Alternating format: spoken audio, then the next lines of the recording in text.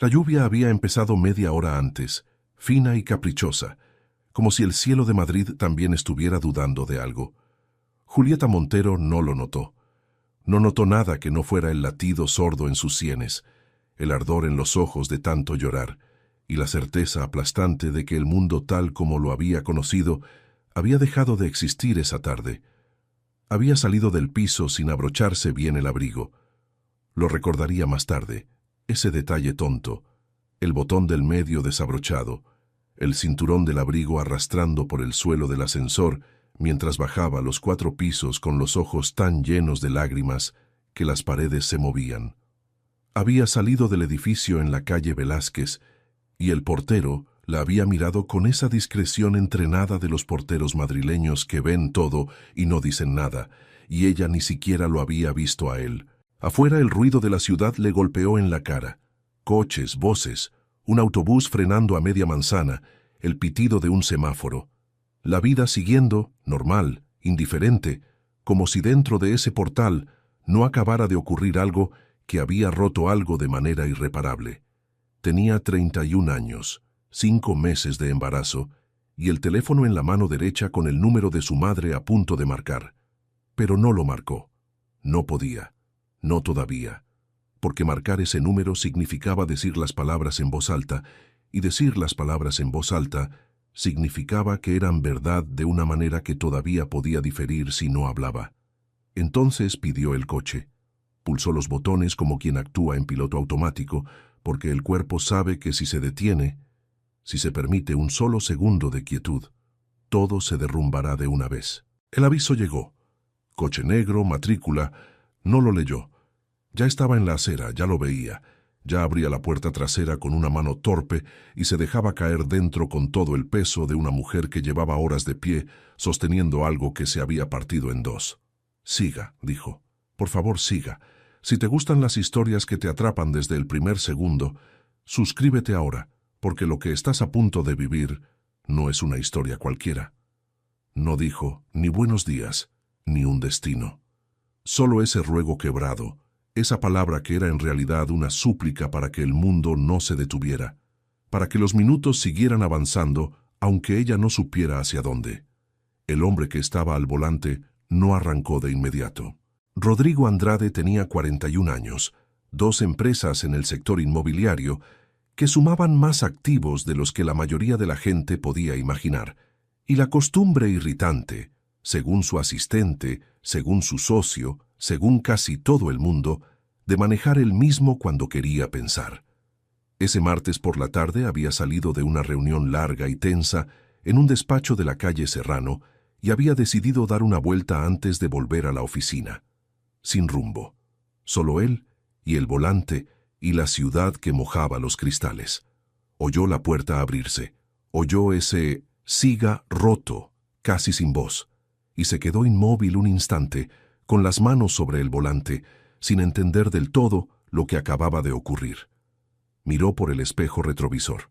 La mujer que había entrado en su coche tenía el pelo oscuro pegado a la frente por la lluvia, los ojos enrojecidos, una lágrima que todavía no había terminado de caer atrapada en la curva de la mejilla.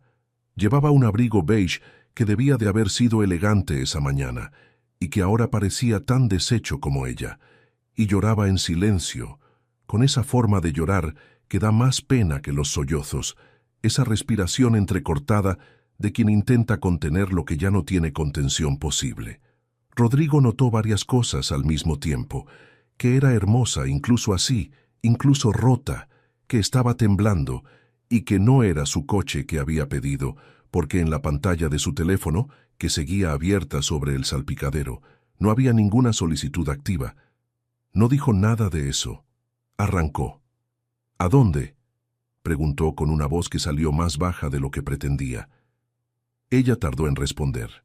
No sé, admitió, y en esas 2 palabras había algo que a Rodrigo le apretó el pecho de una manera que no esperaba. En cualquier lugar. Lejos. Él asintió con un gesto que ella no vio y tomó Serrano hacia el norte, sin destino concreto, dejando que la ciudad fluyera por los costados del coche mientras la lluvia seguía golpeando suave el parabrisas. Durante varios minutos no hubo palabras, Solo el ruido del motor y la lluvia, y la respiración irregular de Julieta intentando calmarse y no lográndolo del todo. Rodrigo siguió mirándola por el espejo cuando el tráfico lo permitía.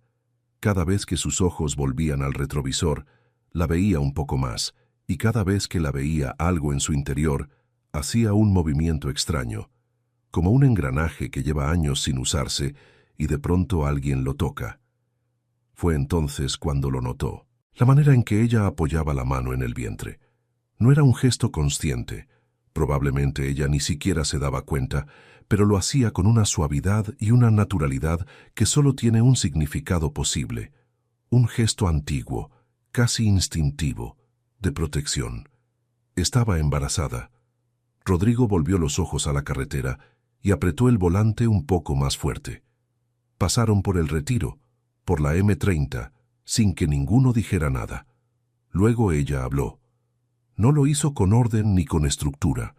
Las palabras le salieron como salen cuando el dolor ha estado demasiado tiempo contenido, de golpe, mezcladas, sin jerarquía. Le contó que se llamaba Julieta, que había vivido en Madrid 3 años, desde que se casó con Fernando, que esa tarde había llegado al piso antes de lo esperado y había encontrado mensajes en el teléfono de él, uno que él había dejado abierto sobre la mesa como si el descuido hubiera sido demasiado grande. Que los mensajes eran de alguien que llevaba meses siendo algo más que una conocida. Que cuando lo enfrentó, él no lo negó, y que lo que vino después fue peor que la traición misma.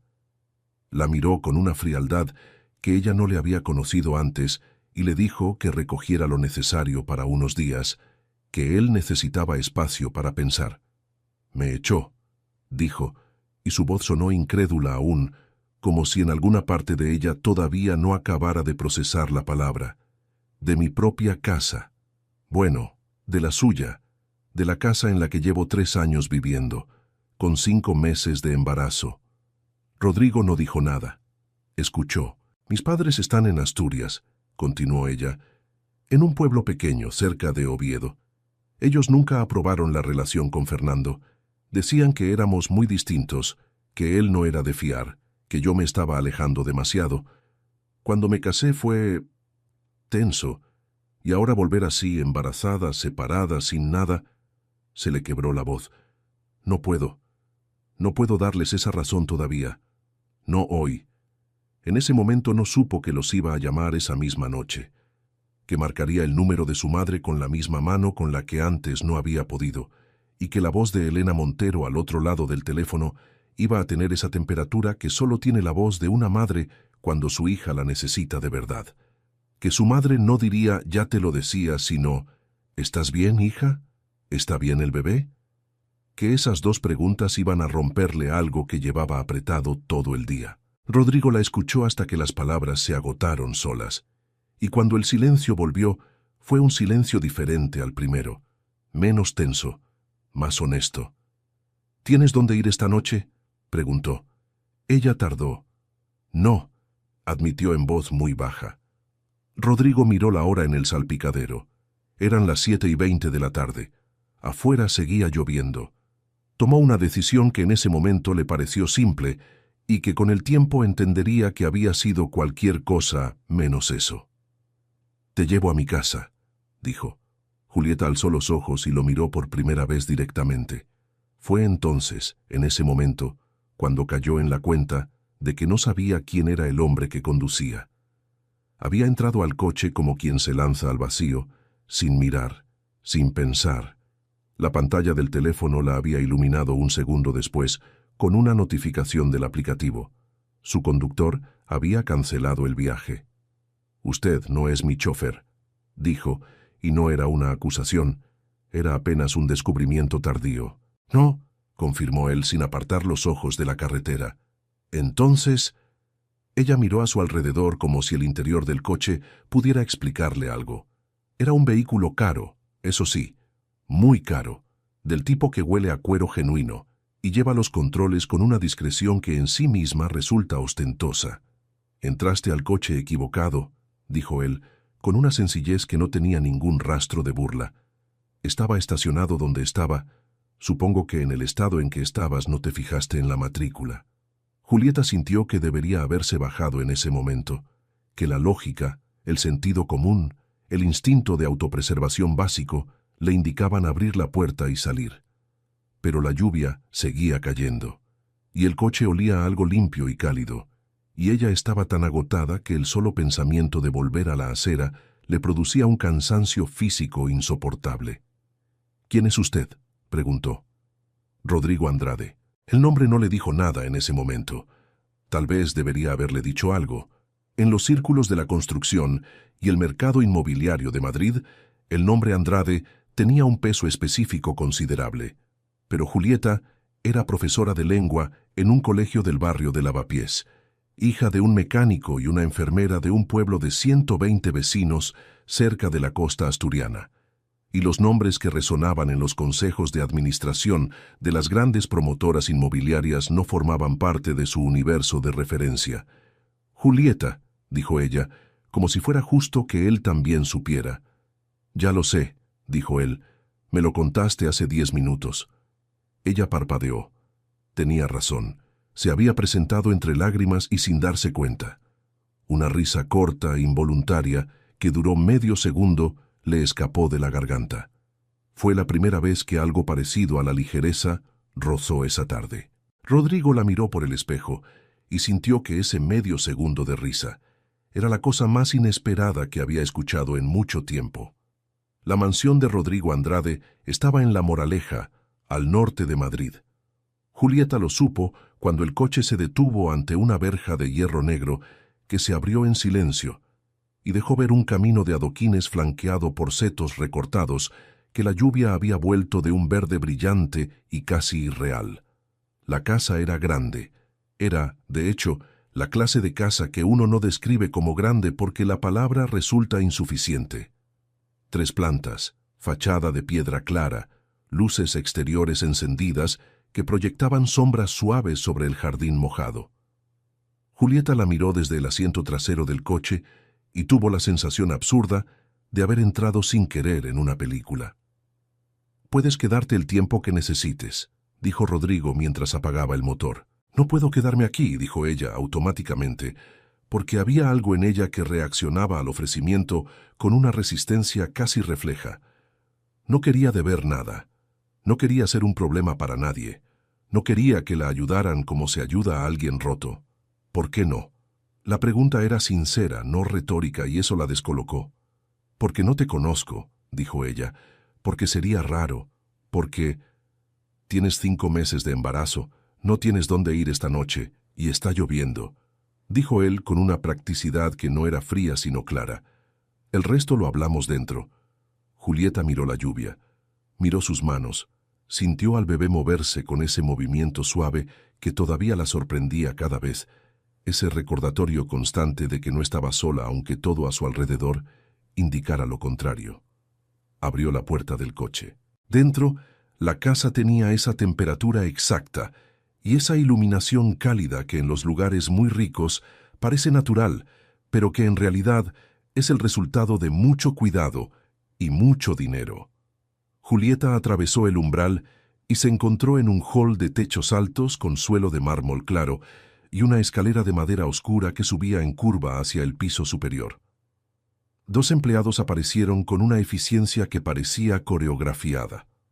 Una mujer de unos 50 años, de pelo recogido y expresión amable, que Rodrigo presentó como Carmen, el ama de llaves. Un hombre joven, que recogió la bolsa de Julieta con una naturalidad que le impedía hacer preguntas.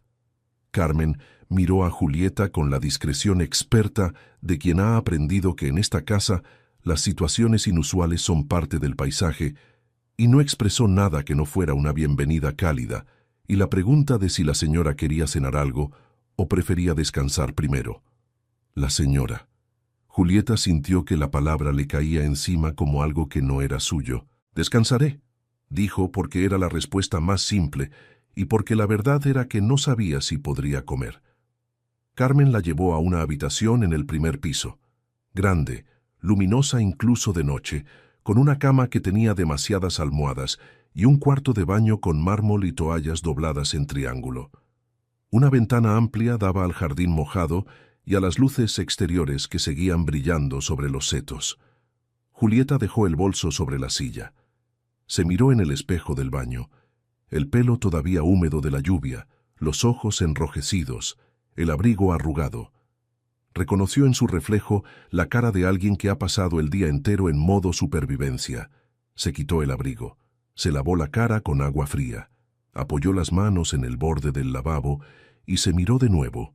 Y esta vez lo que vio no fue tanto la mujer deshecha, sino la que había debajo, la que seguía ahí, todavía de pie, todavía respirando, todavía con una niña dentro que seguía creciendo con indiferencia a todo lo que ocurría afuera. Se sentó al borde de la cama, y entonces, sola por primera vez desde que todo había ocurrido, se permitió por fin llorar de verdad. No el llanto contenido de las últimas horas, no el llanto de quien intenta controlarse para no derrumbarse del todo. Este era el otro, el del fondo, el que sale cuando ya no hay nadie mirando. Lloró por Fernando, y por los 3 años, y por la ingenuidad de haber creído lo que él decía. Lloró por la niña que venía, que merecía más que esto. Lloró por sus padres que tenían razón y a quienes no podía darles la razón todavía. Y lloró, finalmente, de agotamiento puro, de ese cansancio que no es físico, sino el de alguien que ha estado sosteniendo algo demasiado pesado durante demasiado tiempo. Cuando se le acabaron las lágrimas, se quedó tumbada en la cama de la habitación desconocida, con la mano sobre el vientre, y escuchó el silencio de la casa. Era un silencio diferente al del piso de Velázquez, más grande, más tranquilo. Afuera la lluvia seguía cayendo sobre el jardín. Durmió. Rodrigo no subió esa noche. Se quedó en el estudio del piso de abajo, con un vaso de agua sobre el escritorio y los papeles de la reunión de la tarde que no llegó a revisar. Pensó en Julieta con una intensidad que le resultó incómoda, no porque fuera inapropiada, sino porque era extraña. Hacía mucho que no pensaba en nadie con esa clase de atención. Pensó en su madre. Elena Andrade había tenido 33 años cuando su marido, Emilio, se fue. No lo hizo de golpe, con la limpieza de un acto definitivo. Lo hizo de la manera más cruel posible, poco a poco, con excusas cada vez más vagas, con ausencias que se alargaban, con la mirada de alguien que ya tiene un pie en otro sitio, pero todavía no ha tenido el valor de moverlo. Hasta que un día simplemente no volvió. Rodrigo tenía 12 años. Sus hermanas, Claudia y Paloma, 9 y 7. Recordaba a su madre en la cocina de la casa de Alcalá de Henares donde se habían criado, de madrugada, con la frente apoyada en las manos. No llorando, porque Elena Andrade lloraba poco y en privado. Solo quieta, con esa quietud pesada de quien carga con algo demasiado grande para su tamaño. Él se había levantado esa noche, había ido hasta ella. Le había puesto la mano en el hombro sin saber qué decir, porque a los 12 años uno sabe que algo está muy mal, pero no tiene todavía las palabras para nombrarlo. Su madre le había sonreído. Le había dicho que volviera a dormir. Él no volvió. Se quedó ahí sentado a su lado en silencio hasta que amaneció. Eso era lo que recordaba cuando miraba a Julieta por el espejo retrovisor. No lo había racionalizado en ese momento. Ni siquiera lo había nombrado. Solo había sentido ese movimiento en el pecho, ese déjà vu emocional que no tenía lógica, pero que era perfectamente real. Esta vez no. Esta vez no va a terminar así. A la mañana siguiente, Julieta bajó antes de las 8 porque no había conseguido dormir más de 4 horas seguidas, y porque quedarse en la habitación seguía sintiéndose como estar dentro de algo que no le pertenecía. La cocina era enorme y olía a café recién hecho. Carmen ya estaba ahí, y hubo un momento breve de cortesía matutina en el que Julieta aceptó el café y rechazó el desayuno completo que le ofrecieron, y luego se quedó sola en la cocina con la taza entre las manos, mirando el jardín por la ventana. El sol de la mañana había secado la lluvia de la noche anterior.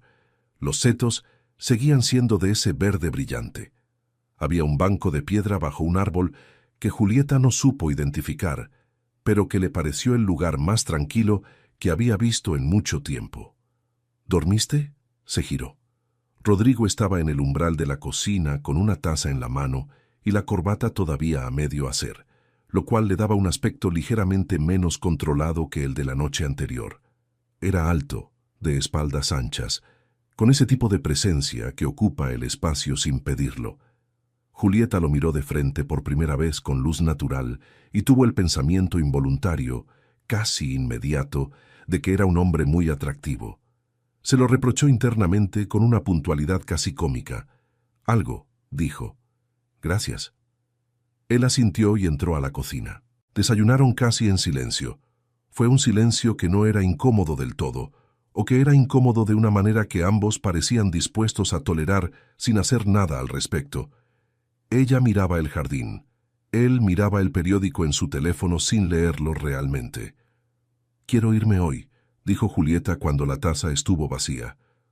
«¿A dónde?», preguntó él, sin alzar los ojos del teléfono. Ella abrió la boca y la volvió a cerrar. «Lo estás pensando», dijo él. «No tienes respuesta todavía». «No es asunto tuyo», dijo ella, y el tono salió más cortante de lo que pretendía. Pero él no se ofendió. Solo la miró con esa atención sosegada que Julieta empezaba a reconocer como característica suya. «Tienes razón», admitió. «No lo es». Pausa. «Pero te quedas de todas formas». No era una orden. Era algo entre la certeza y la propuesta, dicho con una tranquilidad que resultaba más difícil de rechazar que cualquier argumento. Julieta lo miró. Y en algún lugar detrás del orgullo herido y la vergüenza y el agotamiento, algo pequeño y sin nombre se rindió. «Solo unos días», dijo. Esos días se convirtieron en una semana. La semana se convirtió en 2, y en algún momento entre la segunda y la tercera semana, Rodrigo llamó a uno de los mejores despachos de abogados especializados en derecho de familia de Madrid y le dijo a su socio principal, sin más explicación de la necesaria, que tenía una situación que requería atención urgente. La primera vez que Julieta se enteró de lo que había hecho, la reacción fue instantánea. «No puedo pagar eso», dijo, de pie en el estudio de Rodrigo, con los brazos cruzados sobre el vientre que ya era visible bajo cualquier ropa. «No te estoy pidiendo que pagues nada», dijo él. «Entonces no puedo aceptarlo». «¿Por qué no?» «Porque ya te debo demasiado. Porque no te conozco lo suficiente para que me des algo así. Porque», se le tensó la voz, «no quiero que nadie piense que soy una mujer que necesita que la rescaten». Rodrigo la miró durante un momento. Luego dijo, con una calma que no era indiferencia sino algo más parecido a la firmeza: «No te estoy rescatando. Te estoy dando herramientas para que tú puedas pelear. Lo que hagas con ellas es completamente tuyo». Julieta no respondió de inmediato. Miró la biblioteca detrás de él, los lomos de los libros, el escritorio ordenado, la ventana que daba al jardín. Pensó en Fernando. Pensó en su cara cuando le dijo que recogiera sus cosas. Pensó en que él probablemente contaba con que ella no tuviera medios para hacer nada, que la vergüenza y la falta de recursos la mantendrían quieta. «Está bien», dijo en voz baja, y luego, antes de que él pudiera decir nada más, «Gracias», lo dijo mirándolo a los ojos, sin adornos, con esa simplicidad directa que era característica suya cuando dejaba de estar a la defensiva. Rodrigo sintió algo en el pecho que decidió no examinar demasiado. Fernando Soto no esperaba esa llamada. Era un hombre de 38 años, director comercial de una empresa de distribución, acostumbrado a manejar las situaciones con una mezcla de encanto superficial y presión calculada que hasta entonces le había dado buenos resultados. Cuando Julieta se fue del piso esa tarde, había estimado el tiempo que tardaría en llamarle. 48 horas calculó. Quizás 3 días, si tenía más carácter del que él le atribuía. Llamaría llorando, sin dónde ir, sin dinero suficiente, y entonces él podría gestionar la situación según sus propios términos. La llamada que recibió, en cambio, era del despacho Montoya & Asociados. El nombre le dijo algo.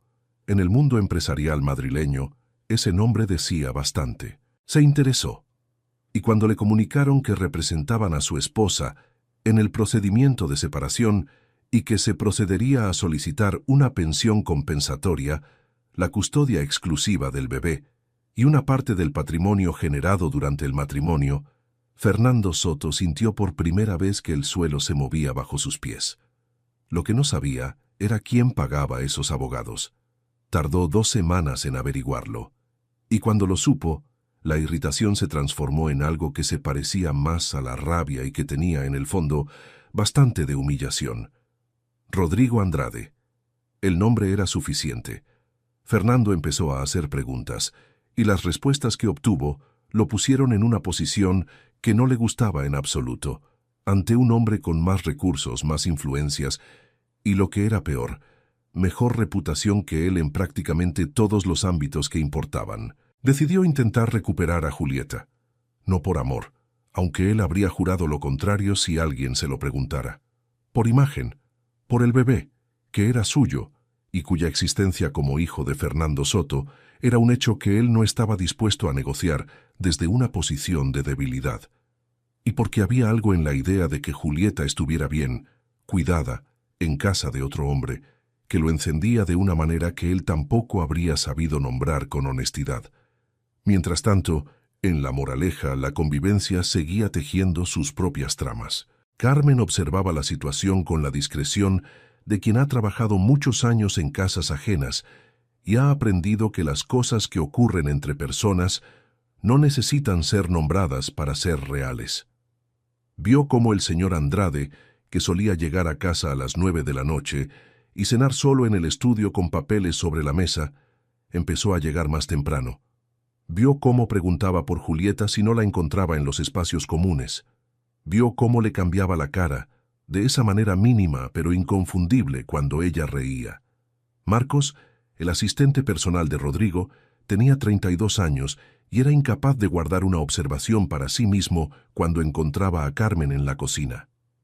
«Te digo que el jefe está distinto», le dijo un jueves por la mañana, apoyado en la encimera con una expresión entre curiosa y satisfecha. «¿Qué va?», dijo Carmen, sin apartar los ojos de lo que estaba haciendo. Carmen se pasó 40 minutos en una tienda de bebés el miércoles. Carmen lo miró. «¿40?» y llamó a la tienda antes para preguntar si tenían personal especializado que pudiera asesorarlo. Marcos hizo una pausa de efecto. «A él, que compra coches de 50.000 euros sin pedir asesoramiento». Carmen volvió a lo suyo, pero la comisura de los labios le hizo algo que en otro ángulo podría haber parecido una sonrisa. Lo de la tienda de bebés ocurrió un miércoles por la tarde, sin aviso, como la mayoría de las decisiones de Rodrigo, cuando algo le parecía necesario. Julieta había mencionado de paso durante el desayuno que necesitaba comprar algunas cosas para el bebé, pero que todavía no sabía bien por dónde empezar. Él no dijo nada en ese momento.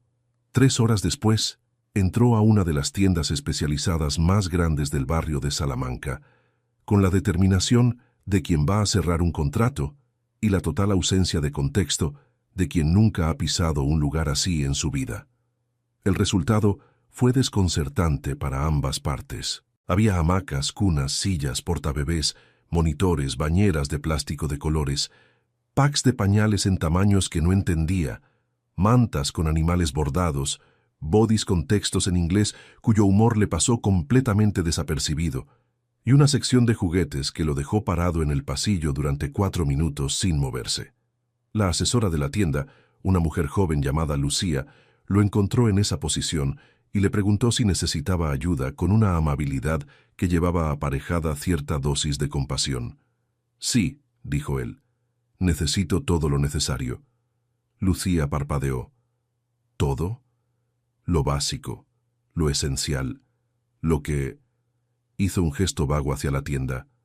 «Lo que se necesita». Lucía tardó un segundo en recomponerse y luego empezó a hacerle preguntas con una paciencia considerable. ¿Era el primer bebé? Sí. ¿Sabían el sexo? No. ¿Cuántos metros cuadrados tenía la habitación del bebé? Rodrigo calculó mentalmente y dio un número que hizo que Lucía se tomara un momento. ¿Ya tenían cuna? No. ¿Pensaban dar el pecho o biberón? Rodrigo abrió la boca y la cerró. Eso, dijo al final, lo decide ella. Salió de la tienda 90 minutos después, con un recibo cuya suma habría financiado cómodamente la reforma de un apartamento mediano, una cuna que se iba a entregar al día siguiente, un cochecito que Lucía le aseguró que era el mejor del mercado, y una bolsa con diversas cosas pequeñas que tampoco sabía muy bien para qué servían, pero que Lucía le había dicho que eran imprescindibles y él no había tenido argumentos en contra. Cuando llegó a casa, Julieta estaba en el salón con un libro. Él dejó la bolsa sobre la mesa y dijo: «Encargué algunas cosas». Ella lo miró la bolsa, sacó uno de los artículos, lo examinó y levantó los ojos hacia él con una expresión que mezclaba la ternura con algo que se esforzaba visiblemente por no dejar escapar del todo. «Rodrigo, esto es un mordedor para la dentición. El bebé no va a tener dientes en varios meses». Él la miró. «Lucía me dijo que era imprescindible. Lucía te vendió todo lo que pudo». Hubo una pausa, y luego Julieta se rió. Una risa real, abierta, que llenó el salón de una manera que a Rodrigo le resultó tan inesperada como necesaria, como si algo en la casa hubiera cambiado de temperatura en ese momento.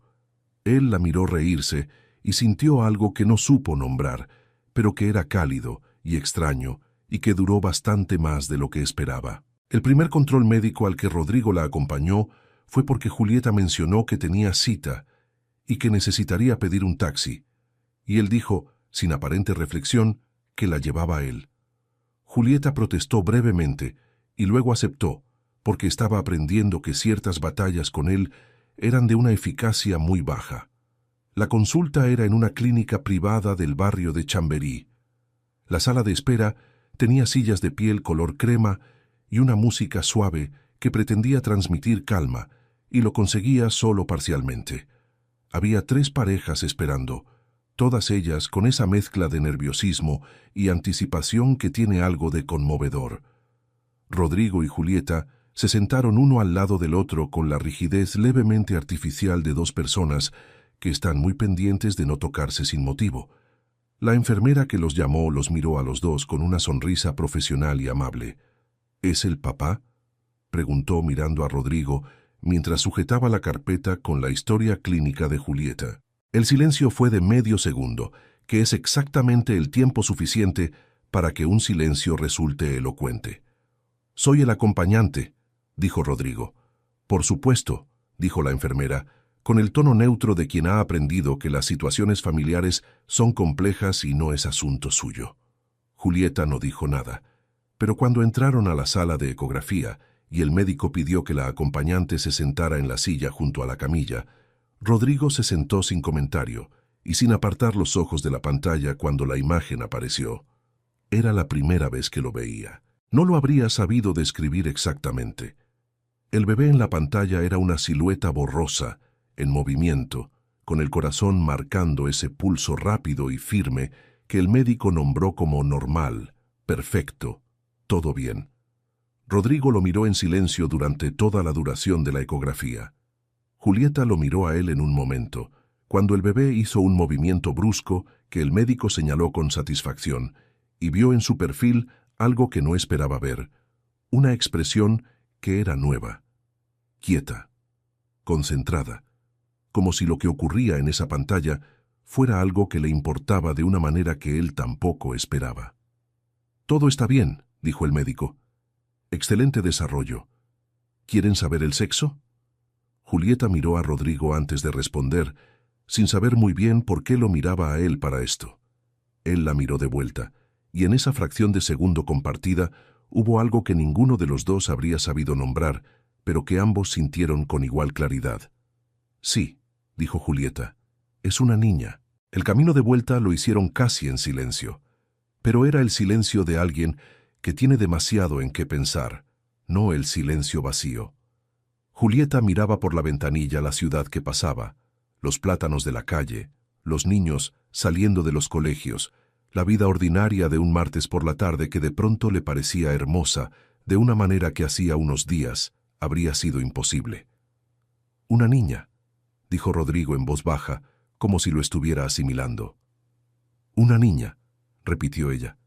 Él asintió, y luego, sin apartar los ojos de la carretera. «¿Ya tienes nombre?». Estaba pensando en Clara. Rodrigo lo repitió en voz muy baja, solo para sí mismo, como se prueba algo. Y luego asintió de nuevo. Clara, dijo. Es un buen nombre. La familia de Rodrigo se enteró a través de Claudia. Claudia Andrade tenía 38 años. Vivía en Getafe con su marido y sus 2 hijos, y tenía una capacidad extraordinaria para extraer información de su hermano mayor mediante una combinación de preguntas directas, silencios estratégicos y la ventaja táctica de conocerlo desde que nació.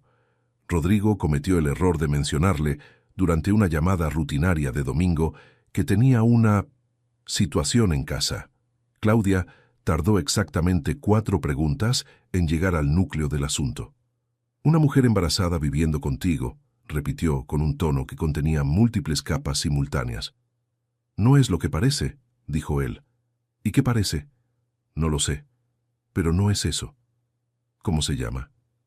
Claudia, Rodrigo, el nombre, Julieta. El silencio que siguió fue de la variedad que su hermana usaba cuando estaba procesando información con gran intensidad. ¿Puedo ir a conocerla? No. ¿Por qué no? Porque asustará. ¿A ella o a ti? Rodrigo colgó, lo cual, como estrategia de comunicación con Claudia, era completamente ineficaz, y él lo sabía. Claudia apareció el siguiente sábado con Paloma, que había venido desde Segovia específicamente para esto, con una tarta de manzana que había hecho su suegra, y con la energía de 2 mujeres que están genuinamente emocionadas y no piensan disimularlo. Julieta las vio entrar desde el salón y tuvo un segundo de pánico puro. «No te preocupes», le dijo Carmen, que pasaba por ahí con una serenidad que parecía ensayada para la ocasión. «Son peores con los desconocidos. Contigo van a ser encantadoras. Fueron encantadoras. Fueron, de hecho, algo más que eso». Claudia la abrazó antes de que Julieta terminara de decir su nombre. Paloma, que era la más pequeña y la que se parecía más a Rodrigo en el gesto de los ojos, le tomó las manos y le preguntó cómo estaba con una sinceridad tan directa que Julieta no tuvo más remedio que responder con igual sinceridad.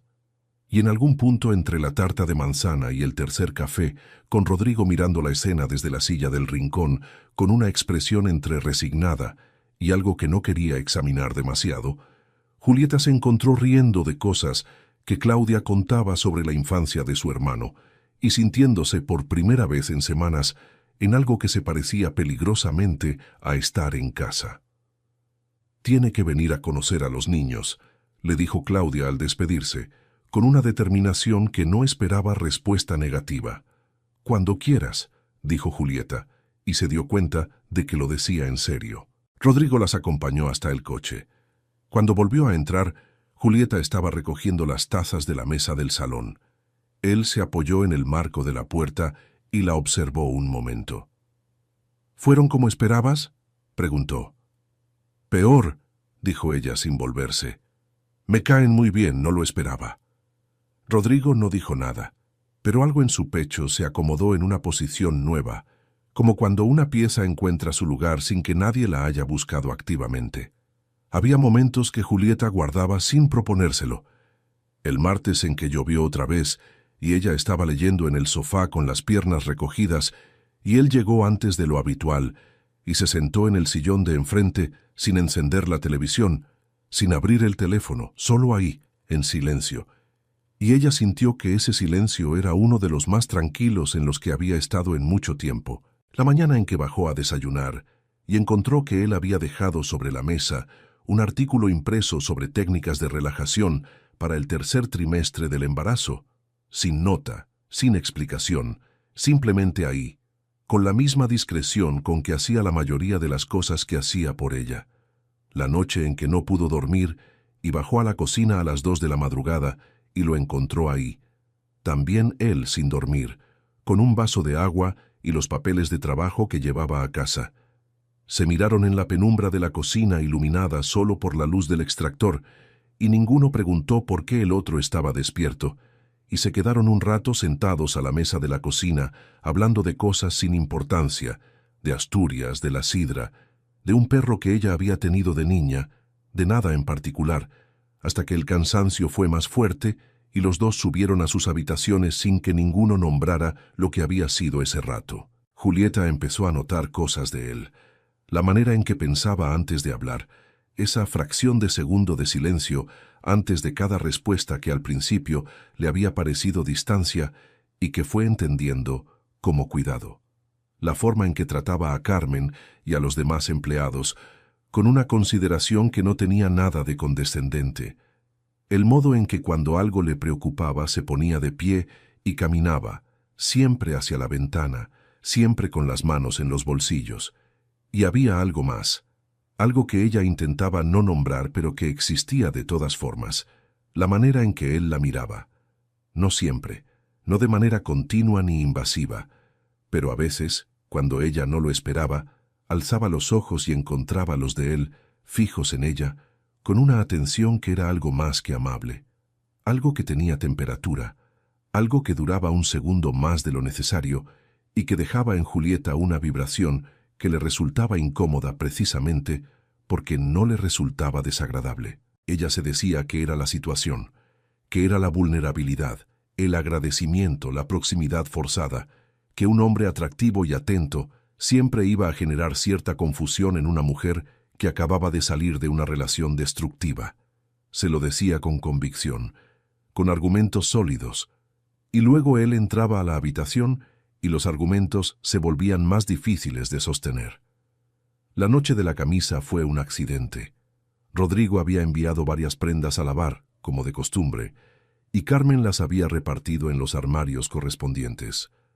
Hubo, en algún punto del proceso, una confusión menor que resultó en que una camisa azul clara de Rodrigo acabó doblada en el cajón de la habitación de Julieta. Julieta la encontró una mañana, y sin pensarlo demasiado, ya vestida para bajar a desayunar pero con frío, se la puso por encima. Era grande, le quedaba larga hasta la mitad del muslo y olía a algo limpio con un rastro de algo que ella no supo identificar, pero que era inconfundiblemente suyo. Bajó a la cocina. Rodrigo estaba ahí. Tardó 2 segundos en darse cuenta.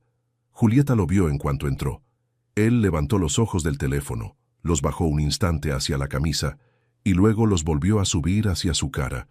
Fue un gesto breve, controlado, pero no lo suficientemente rápido como para que ella no lo viera. «Es tuya», dijo Julieta, señalando la camisa.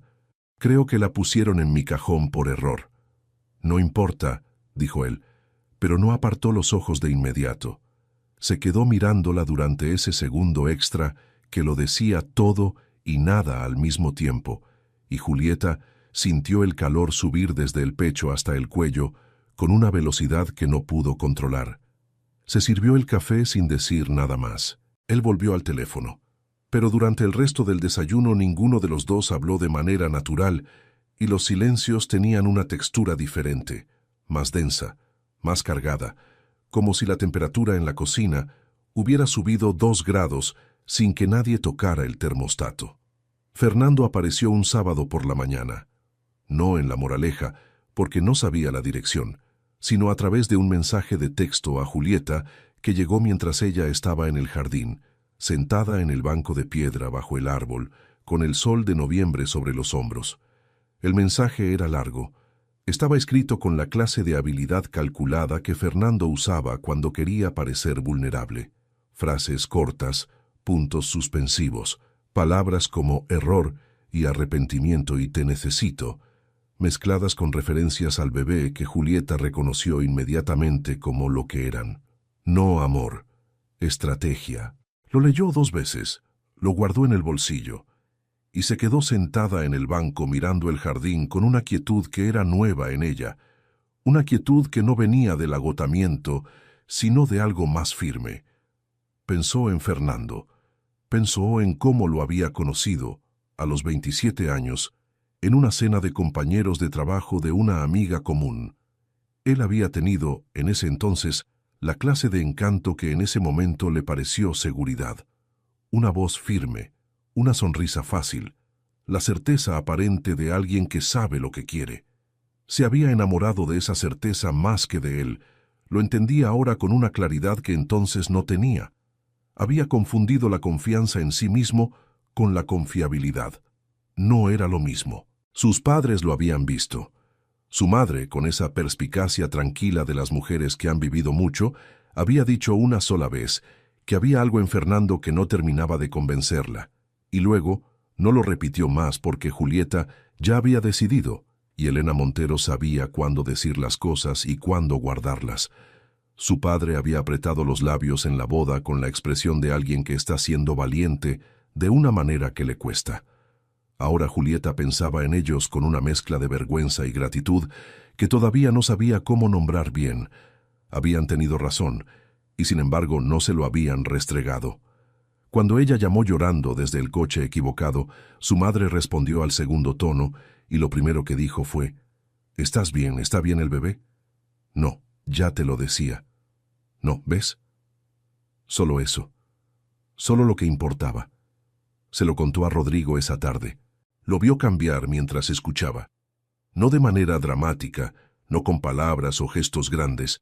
Era algo más interior, más discreto, pero perfectamente visible para quien lo conociera, aunque fuera un poco. Una tensión en la mandíbula, en los hombros, en la forma en que apoyó la mano sobre el escritorio. «¿Vas a responderle?», preguntó, con una neutralidad que a Julieta le costó un esfuerzo descifrar. «No», dijo ella. «No todavía». Él asintió. «Los abogados ya lo saben», dijo. «Cualquier intento de contacto directo fuera de los cauces legales puede usarse». «Lo sé». «Bien». Pausa. «¿Estás bien?», preguntó, y esta vez no había neutralidad. Era una pregunta directa, y la miraba directamente. Julieta pensó en la pregunta con honestidad. Pensó en lo que había sentido leyendo el mensaje de Fernando. Había esperado algo: dolor residual, confusión, el tirón viejo de algo que había querido. No había sentido nada de eso, solo una claridad tranquila, casi sorprendente en su limpieza. «Sí», dijo, «estoy bien». Y lo decía en serio. Rodrigo la miró un momento más, con esa atención que ella ya conocía, y luego asintió una vez más, y Julieta tuvo la sensación de que él también había visto algo en su respuesta, algo que lo alivió, aunque tampoco él lo nombrara. Fernando lo intentó una vez más, de manera directa, 3 semanas después. Julieta necesitaba recoger el resto de sus cosas del piso de Velázquez: libros, ropa de temporada, algunas fotos, un cajón de materiales de trabajo que había dejado atrás la noche que se fue. Los abogados habían acordado una hora con los de Fernando, un martes a las 12 del mediodía, con ambas partes presentes o representadas. Fernando eligió estar presente. Rodrigo la llevó sin que ella se lo pidiera. Cuando Julieta bajó del coche frente al portal y vio a Fernando esperando en la acera, con las manos en los bolsillos y una expresión que había ensayado para parecer serena, sintió el pulso acelerarse un momento. Solo un momento. Fernando la miró, y luego miró a Rodrigo, que había salido del coche y estaba de pie junto a ella con esa presencia que no necesitaba hacer nada para ocupar el espacio. Los dos hombres no se saludaron. No hizo falta. Fernando intentó hablarle a Julieta en el ascensor, con la voz baja y el tono que usaba cuando quería parecer razonable, que podían hablar, que las cosas podían solucionarse, que el bebé merecía una familia unida. Julieta lo escuchó sin responder hasta que las puertas del ascensor se abrieron en el 4º piso, y entonces dijo con una calma que la sorprendió a ella misma: «El bebé merece una madre en paz. Eso es lo que voy a darle». Fernando no respondió. Recogieron las cosas en 40 minutos. Rodrigo cargó las cajas sin comentario. Fernando observó desde el salón con una expresión que iba cambiando de la presión calculada a algo que se parecía más a la derrota, aunque él no lo habría llamado así. Lo habría llamado de otra manera: injusticia, quizás, o mala suerte. Fernando Soto tenía una capacidad notable para reformular sus propias responsabilidades en circunstancias externas. En el ascensor de bajada, con las cajas entre ellos tres, Fernando dijo una última cosa: «¿Sabes quién es realmente ese hombre?». Julieta lo miró. «Sí», dijo, «lo sé perfectamente». Y no dijo nada más. En la acera, mientras Rodrigo acomodaba las cajas en el maletero, Fernando se quedó en el portal mirándolos. Julieta no se giró. Subió al coche, se abrochó el cinturón, y cuando el coche arrancó y dejó la calle Velázquez atrás, apoyó la cabeza en el respaldo y exhaló despacio. «¿Bien?», preguntó Rodrigo. «Bien», dijo ella. Y era verdad. Era completamente verdad. Los celos llegaron sin aviso, como suelen llegar, en la forma de algo pequeño e insignificante que de pronto resulta insoportable.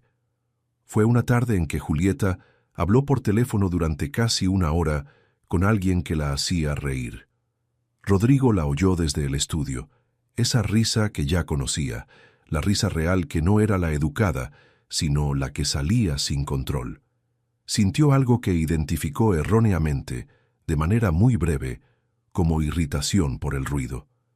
Cuando ella terminó la llamada y entró al estudio a buscar un libro, él preguntó con una indiferencia demasiado construida para ser real: «¿Quién era?» «Marcos», dijo ella. «Marcos del trabajo, un colega del colegio». Y luego, mirándolo con esa perspicacia que a veces lo desconcertaba: «¿Por qué?» «Por nada», dijo él. Julieta lo miró un segundo más de lo necesario y luego cogió el libro y se fue. Pero en el pasillo, sola, se permitió una sonrisa pequeña y privada que no habría sabido del todo explicar. La noche en que casi se besaron fue un miércoles. Habían tenido una discusión esa tarde, la primera discusión real sobre el futuro. Julieta había mencionado, casi de pasada, que había estado mirando pisos pequeños en el barrio de Malasaña, que con la pensión compensatoria que esperaba del divorcio, podría permitirse algo modesto pero propio. Rodrigo había respondido que eso era prematuro, que todavía faltaban semanas para el parto, que no tenía sentido moverse ahora. Julieta le dijo que eso era su decisión y no la suya. Él le dijo que tenía razón, pero que la decisión era poco práctica. Ella le dijo que llevaba demasiadas semanas, dejando que su practicidad tomara decisiones por ella. Él se quedó en silencio. Ella también. La discusión terminó sin resolverse, con esa incomodidad suspendida de los conflictos que son sobre algo más que lo que se dice. Esa noche, a las 11:30, Julieta salió de su habitación a buscar agua y encontró a Rodrigo en el pasillo. No había una razón lógica para que él estuviera en ese pasillo a esa hora, y los dos lo sabían, y ninguno lo mencionó. Se quedaron parados el uno frente al otro en la penumbra del corredor, con la única luz viniendo de la lámpara pequeña del fondo, y durante unos segundos no dijo ninguno nada. Rodrigo hizo un movimiento, pequeño, casi imperceptible, un paso que no llegó a ser paso, una inclinación de cabeza que no llegó a ser gesto. Julieta lo sintió antes de verlo, con esa sensibilidad que desarrolla el cuerpo cuando está muy atento a alguien. Su respiración cambió. La de él también. El espacio entre ellos era de medio metro y de pronto era demasiado poco y demasiado al mismo tiempo. «Julieta», dijo él en voz baja. Ella no respondió de inmediato.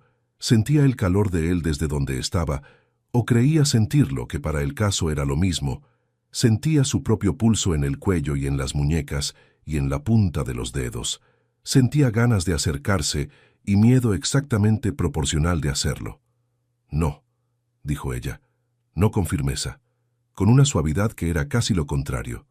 Él se detuvo. Asintió, mínimamente. «Bien», dijo, y su voz era tan baja que Julieta no supo si era resignación o algo más parecido al respeto. Pasó por su lado con cuidado. Ella se quedó quieta en el pasillo, con el vaso de agua vacío en la mano, escuchando sus pasos alejarse hacia su habitación, y cuando la puerta de él se cerró en silencio, Julieta apoyó la espalda en la pared del pasillo y exhaló despacio, con los ojos cerrados, sintiéndose simultáneamente aliviada y algo que no era alivio en absoluto. Antes de continuar, si esta historia te está llegando al corazón, dale me gusta y suscríbete al canal. Cuéntame en los comentarios desde qué país nos estás viendo. Son miles en toda Latinoamérica y España que ya nos acompañan. La semana siguiente fue diferente. Rodrigo se puso frío, no con crueldad, no con distancia grosera, sino con la clase de frialdad calculada que usa a alguien que ha decidido protegerse y no sabe hacerlo de otra manera. Llegaba tarde, cenaba con el teléfono, respondía a Julieta con frases cortas y correctas que no dejaban espacio para nada más. Julieta lo notó desde el primer día, y la respuesta que eso generó en ella la desconcertó. No fue alivio, que era lo que se habría esperado de alguien que 3 días antes había dicho no, en un pasillo oscuro. Fue algo parecido al frío. Un frío interior, pequeño pero persistente, que no tenía que ver con la temperatura de la casa. Carmen la observaba. No decía nada, pero la miraba con esa expresión de quien entiende perfectamente lo que ocurre y está haciendo un esfuerzo considerable por no opinar. Fue Claudia quien llamó un jueves por la tarde. «¿Qué le has hecho a mi hermano?», preguntó con el tono afectuoso y directo que la caracterizaba. «Nada», dijo Julieta. «Está insoportable. Ayer llamó a Paloma a las 11 de la noche para hablar de costos de construcción». «No entiendo qué tiene que ver eso conmigo». «Julieta», dijo Claudia con una paciencia levemente exasperada. «Rodrigo lleva 10 años sin interesarse en nadie de verdad. En nadie. Yo conozco esa cara que tiene ahora. Es la cara de alguien que está aterrado». Julieta no respondió de inmediato. «Yo también», dijo al final en voz muy baja. Hubo un silencio al otro lado del teléfono. «Lo sé», dijo Claudia con una suavidad diferente. «Pero eso no significa que los dos tengáis que pasarlo mal por separado». El punto de quiebre llegó una tarde de diciembre, 10 días antes de la fecha probable de parto. Julieta había recibido una llamada de los abogados. El proceso de divorcio avanzaba bien, pero Fernando había escalado la presión legal solicitando una prueba de paternidad prenatal, lo cual era su derecho, pero que en términos prácticos era una maniobra para alargar el proceso y generar desgaste. Los abogados lo manejaban. Era, dijeron, esperable. Julieta colgó y se quedó en la sala, sola, con la mano sobre el vientre, con Clara moviéndose dentro como si supiera que algo ocurría. Rodrigo llegó 20 minutos después. La encontró ahí. Le preguntó qué pasaba, y ella se lo contó. Él escuchó con esa atención que ella ya sabía que era él en su mejor versión, y cuando ella terminó dijo: «Los abogados lo tienen, no te preocupes».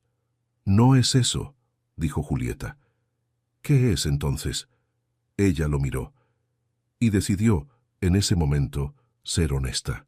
No la honestidad incompleta de las semanas anteriores, sino la otra. «Tengo miedo de lo que siento cuando estoy cerca de ti», dijo, «y sé que tú también lo tienes. Y los dos llevamos semanas haciéndonos esto, alejándonos y acercándonos sin decir nada, y estoy cansada, estoy muy cansada de eso».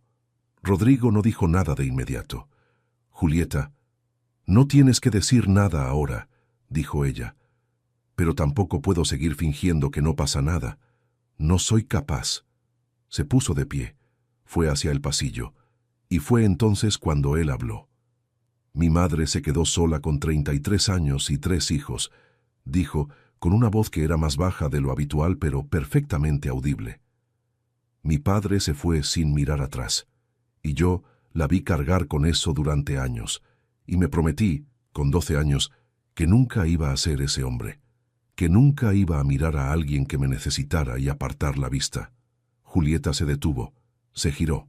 «Pero lo que me pasa contigo», continuó él, «no tiene nada que ver con eso. No estoy aquí porque me necesites.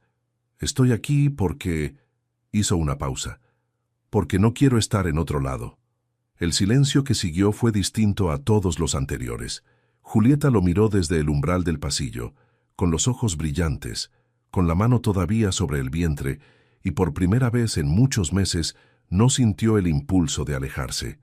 Cruzó la distancia entre los dos. Él la recibió con una naturalidad que no tenía nada de calculado, con los brazos que se cerraron en torno a ella con suavidad, con esa clase de abrazo que no pide nada, sino que simplemente dice: «Aquí estoy». Julieta apoyó la frente en su pecho y se quedó así, quieta, con Clara moviéndose suave entre los dos, mientras afuera el invierno de Madrid se enfriaba despacio y las luces del jardín seguían brillando como siempre sobre los setos recortados. Clara nació un martes de enero, a las 4:17 de la madrugada, con un peso perfecto y una voz que llenó la sala de partos con una contundencia que a la comadrona le pareció prometedora. Las semanas anteriores habían sido las más tranquilas de los últimos meses. No tranquilas en el sentido de que nada ocurriera, porque ocurrieron muchas cosas. Visitas de Claudia y Paloma con los niños, que eran ruidosos y encantadores, y que tomaron a Julieta de la mano y le hicieron preguntas sobre el bebé con una seriedad de adultos. Llamadas de los abogados con avances del proceso de divorcio. Un momento en que Fernando intentó aparecer en el portal de la antigua casa de ambos cuando Julieta fue a recoger las últimas cosas y se encontró con que Julieta llegó acompañada de Rodrigo y la conversación que Fernando había preparado murió antes de empezar, reemplazada por una mirada de hombre a hombre que no necesitó palabras. Tranquilas en el sentido de que entre Rodrigo y Julieta las cosas habían encontrado su temperatura correcta. No la de los silencios tensos, ni la de los casi momentos aplazados. La de dos personas que se han dicho lo importante y que están aprendiendo, despacio y sin prisa, a ser la una para la otra. Había noches en que se quedaban en el sofá del salón hasta tarde, con la televisión encendida como fondo que ninguno miraba, ella con la cabeza apoyada en su hombro y él con la mano sobre la de ella, sin hablar de nada importante, sin necesitar hacerlo. Había mañanas en que la besaba en la frente antes de salir, un gesto que empezó siendo tentativo y que se fue haciendo natural con la misma lentitud inevitable con que todas las cosas verdaderas se vuelven naturales. Había momentos de deseo que ya no eran solo tensión contenida, sino algo que los dos reconocían y nombraban, a veces con palabras y a veces sin ellas, con la honestidad sencilla de quienes ya no tienen energía para el disimulo. Y había noches, después de que el abrazo del pasillo se convirtió en algo más, en que Julieta se quedaba dormida, escuchando su respiración en la oscuridad, y pensaba, con una claridad que la sorprendía, que no recordaba haberse sentido así de segura en mucho tiempo. Había aprendido el mapa de él, de la manera en que se aprenden las cosas que importan, despacio, con atención, sin prisa, la tensión de sus hombros cuando algo en el trabajo no salía como esperaba, la manera en que fruncía levemente el ceño cuando leía algo que le parecía incorrecto, una contracción mínima entre las cejas que ella había empezado a ver como una señal tan legible como una palabra escrita. El calor de sus manos, siempre un poco más cálidas que las suyas, que ella atribuía a alguna diferencia fisiológica y que él atribuía a que ella tenía siempre frío en los pies, lo cual era cierto. Había noches en que la cercanía entre ellos era una conversación sin palabras, hecha de respiración y de contacto y de ese calor específico de dos cuerpos que ya se conocen. Noches en que él la miraba con esa atención concentrada, que a ella le aceleraba el pulso con una constancia que ya debería haberle parecido normal y que sin embargo nunca lo era del todo. Él tenía las manos grandes y las usaba con una delicadeza que Julieta no habría esperado de alguien de su presencia física, como si fuera consciente de su propio tamaño, y quisiera no usarlo de ninguna manera que no fuera gentil. Había aprendido que le gustaba el silencio de la madrugada, que en esas horas en que la casa estaba completamente quieta era cuando él era más él mismo, menos el hombre de las reuniones y los trajes y las decisiones de mucho dinero, y más el que se sentaba en el borde de la cama y le preguntaba en voz baja si había dormido bien con una preocupación que era tan genuina que a veces la abrumaba, que había confundido durante años la seguridad con la certeza, y que resulta que no eran lo mismo, que la seguridad verdadera no viene de saber con exactitud cómo va a terminar todo, sino de saber que la persona que está a tu lado va a seguir estando ahí, aunque no lo sepa tampoco. En la sala de espera del hospital, Rodrigo no se sentó en ningún momento. Caminó, hacia la ventana y de vuelta, hacia la máquina de café que no llegó a usar, hacia el pasillo y de vuelta. Claudia, que había llegado a las 2 de la madrugada con Paloma y con cara de no haber dormido nada y no importarle en absoluto, lo observó durante 1 hora y finalmente le dijo: «Siéntate, vas a gastar el suelo». Estoy bien, dijo él.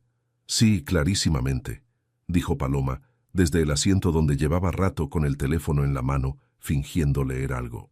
Él no se sentó, pero en algún momento, sin darse cuenta, acabó con la espalda apoyada en la pared junto a la ventana, mirando hacia la puerta que comunicaba con el pasillo de las salas de parto, con los brazos cruzados y los ojos fijos en esa puerta como si la atención pudiera hacer algo útil. Cuando la enfermera salió a las 4:22 y le dijo que todo había ido bien y que podía pasar, Rodrigo hizo el trayecto hasta la habitación con una calma exterior que no correspondía en nada a lo que ocurría en su interior. Julieta estaba en la cama, agotada y luminosa de esa manera específica que tienen las mujeres después de parir, con Clara en brazos. El bebé era pequeño y arrugado y perfecto, con los ojos entrecerrados y los puños apretados, con ese aire de absoluta concentración que tienen los recién nacidos, como si el mundo fuera una información nueva que están procesando con toda la atención disponible. Rodrigo se quedó parado en el umbral. Julieta lo miró. «Ven», dijo en voz baja. Él cruzó la habitación. Se sentó en el borde de la cama, y Julieta le puso a Clara en los brazos con una naturalidad que a él le ató la garganta durante un segundo, porque no esperaba ese gesto, esa confianza sin ceremonia. Sostuvo a Clara con el cuidado de alguien que sabe que está sujetando algo importante. La miró. Clara lo miró de vuelta, o algo parecido a mirarlo, con esos ojos que todavía no enfocan del todo, pero que buscan. «Hola», dijo Rodrigo en voz muy baja, y fue lo más simple que dijo en toda la noche. Y fue, al mismo tiempo, todo. El divorcio se resolvió 4 meses después, con un acuerdo que resultó considerablemente menos favorable para Fernando de lo que él había calculado en un principio. Los abogados hicieron su trabajo con la eficiencia que correspondía a lo que costaban. Fernando firmó con la cara de alguien que ha perdido una batalla que creía ganada, lo cual era exactamente lo que había ocurrido. Julieta leyó los documentos firmados en el estudio de Rodrigo, con Clara dormida en el Moisés, junto a la ventana, y cuando llegó a la última página y vio la firma de Fernando y el sello del notario, no sintió lo que había imaginado que sentiría. No hubo alivio dramático, ni llanto catártico, ni sensación de cierre definitivo. Hubo algo más simple, la conciencia tranquila de que un capítulo había terminado de la manera en que debía terminar. Dobló los papeles, los guardó en la carpeta, y alzó los ojos hacia Rodrigo, que estaba de pie junto a la ventana con las manos en los bolsillos, mirándola. «¿Cómo estás?», preguntó. «Bien», dijo ella, y luego, después de un momento, «libre». Él asintió. Ella se puso de pie y fue hacia él con ese paso directo que Rodrigo había aprendido a reconocer como el de Julieta cuando había tomado una decisión y no pensaba retroceder. Se paró frente a él y lo miró hacia arriba. «Quiero quedarme», dijo. Rodrigo la miró durante un momento, y luego levantó la mano y le apartó un mechón de la cara con una delicadeza que no tenía nada de tentativa, porque ya no quedaba nada tentativo entre ellos. «Ya lo sé», dijo. «¿Ya lo sabías?» «Desde hace un tiempo. Y no dijiste nada. Quería que lo dijeras tú». Julieta sacudió la cabeza con una expresión que mezclaba la exasperación con algo mucho más cálido. Él sonrió, y era una sonrisa rara en él, abierta, sin el control habitual, de las que salían solas. Ella le puso las manos en el pecho y él le rodeó la cintura, y durante un momento se quedaron así, quietos, con Clara dormida a 2 metros y el sol de la tarde entrando por la ventana del estudio y Madrid entera zumbando suave detrás de los cristales. «Rodrigo», dijo ella en voz muy baja. «¿Qué?» «Gracias. Por todo». Él negó con la cabeza, despacio. «No me des las gracias», dijo. «Yo también gané algo». «¿Qué ganaste?» Él la miró, y en sus ojos había algo que ella ya conocía, esa atención quieta y sostenida que al principio le había parecido distancia y que había aprendido a reconocer como la manera en que él decía las cosas que más le importaban. «Todo lo que importa», dijo. Esa noche, cuando Clara durmió su primer sueño largo de más de 3 horas seguidas, que fue un acontecimiento celebrado con el silencio eufórico de quien no quiere despertar lo que acaba de ocurrir, Rodrigo y Julieta estuvieron solos por primera vez en semanas sin el peso de algo pendiente. La habitación estaba en penumbra, con la luz de la lámpara de la mesilla creando un círculo cálido sobre las sábanas, y afuera, el invierno tardío de Madrid ponía escarcha en los cristales del jardín. Ella apoyó la cabeza en su pecho y escuchó su respiración, ese ritmo tranquilo que ya era familiar, que ya era suyo de una manera en que muy pocas cosas habían sido suyas en la vida. Él le pasó los dedos por el pelo con esa lentitud que tienen los gestos que no necesitan llegar a ningún sitio. El contacto era cálido y deliberado, y Julieta cerró los ojos y sintió cada punto de su piel con esa atención amplificada de quien está presente del todo, sin miedo, sin reserva. Habían llegado a esto despacio. Después del abrazo del pasillo, después de que las palabras dijeron lo que tenían que decir, hubo semanas de aprender a estar el uno cerca del otro sin las defensas que antes hacían falta. Él había aprendido que ella necesitaba ser preguntada, no asumida. Ella había aprendido que detrás de su control había una ternura que él daba en silencio, sin ceremonia, que había que saber ver. Y poco a poco, como ocurren las cosas que son verdaderas, la distancia que habían mantenido por miedo fue haciéndose innecesaria.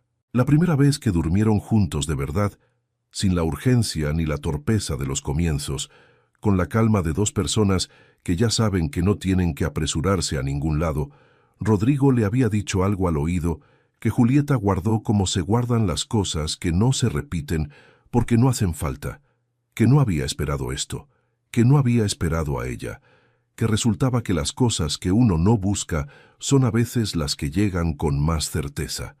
Ahora, con Clara al otro lado de la pared y el invierno afuera, él le recorrió el brazo con los dedos con esa lentitud que ya conocía, de la muñeca al hombro, y ella sintió el calor de ese gesto extenderse hacia adentro como el sol de la mañana que entra despacio por una ventana. «¿En qué piensas?», preguntó. «En que hace 7 meses entré al coche equivocado», dijo ella. Rodrigo no respondió de inmediato. Ella lo sintió sonreír, no lo vio, lo sintió en el movimiento de su pecho. «¿Y?», dijo. «¿Y qué fue lo mejor que me ha pasado?», dijo Julieta, con una sencillez que no necesitaba adorno. Él la estrechó un poco más, le apoyó los labios en la sien, en el pelo, con esa clase de beso que no es pasión, sino algo más profundo que la pasión, algo que tiene que ver con el querer quedarse. Y el invierno siguió afuera, y Clara siguió durmiendo en la habitación de al lado, y en algún lugar de Madrid Fernando Soto firmaba documentos con un bolígrafo que le pesaba en la mano.